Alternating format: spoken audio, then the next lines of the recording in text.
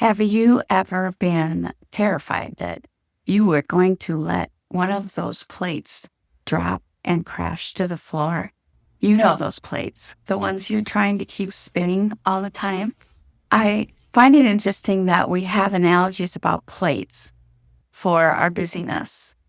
I don't know what that says about us, but the plates that we are trying to keep spinning can really cause us a lot of stress. I picture you and I running back and forth, trying to keep them all spinning.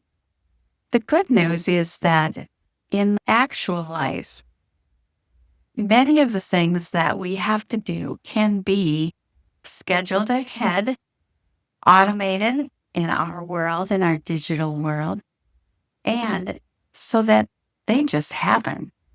They're pre-programmed. And once you set it up, it just runs very well and smoothly. And you don't have to think about it all the time. That is the joy of the age that we live in.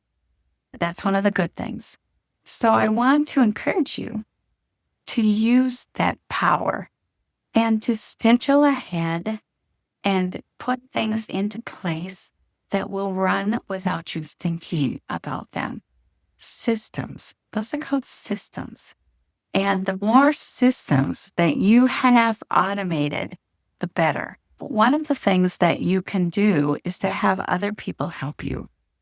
The Proverbs 31 woman had servants.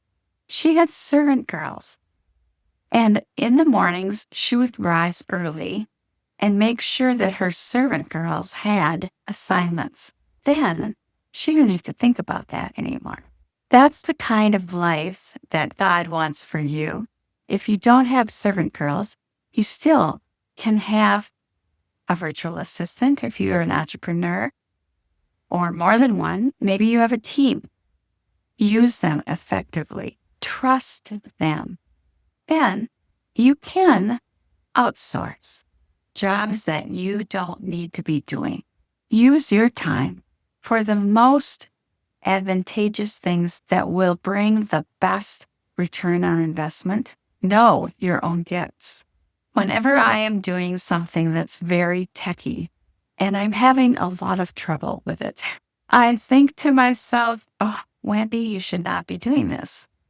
This is a really poor use of your time. I have learned over the years to outsource. I used to do everything myself.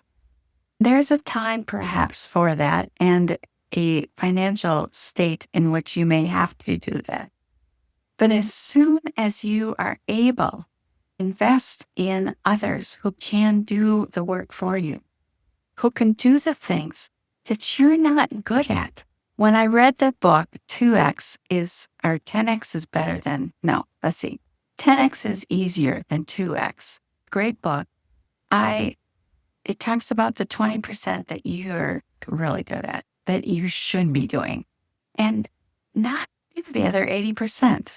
That book really changed my mindset. I am so convinced that God wants us to invest in the ways that He has gifted us. When He talks about the talents, and He gave 1 talent, 5 to another, 10 to another, God expected them to invest, to go out and multiply those talents, not bury them in the ground, not waste their time and the talents that they have been given. It is very important to find people who can do those things where that's their 20%.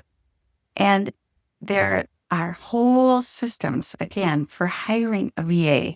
I can talk about that in another video. I have created a custom GPT bot. That is one of my prime assistants. And it helps me in so many ways to be more effective, to use my time more wisely.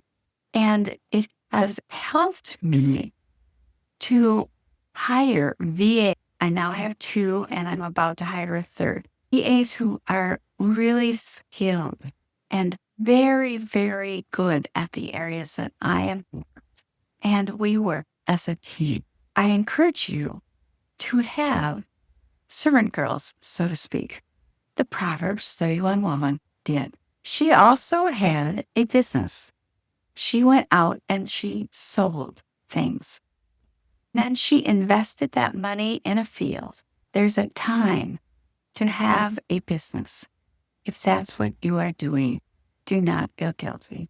But then I want to encourage you that those plates that you have, make sure that you're going to the Lord and asking Him what He wants to be on your plate. Ask Him to take off, to remove the things on your plate that He doesn't want there, to give you wisdom, discernment, understanding, knowledge, skill, to plan what's on your plate and to accomplish things He wants.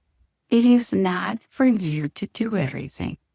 If you are saying yes to everything and everyone, that's not God's will for you. So first, learn to say no. You need to establish boundaries. I'm going to talk next about boundaries. But if you would like to know more about how to be a well-done woman, how to achieve God's goals for you as a Christian woman leader, and how to have the attributes that God wants for you, click below on 7 habits of a high-impact Christian woman leader. This is Wendy Gunn.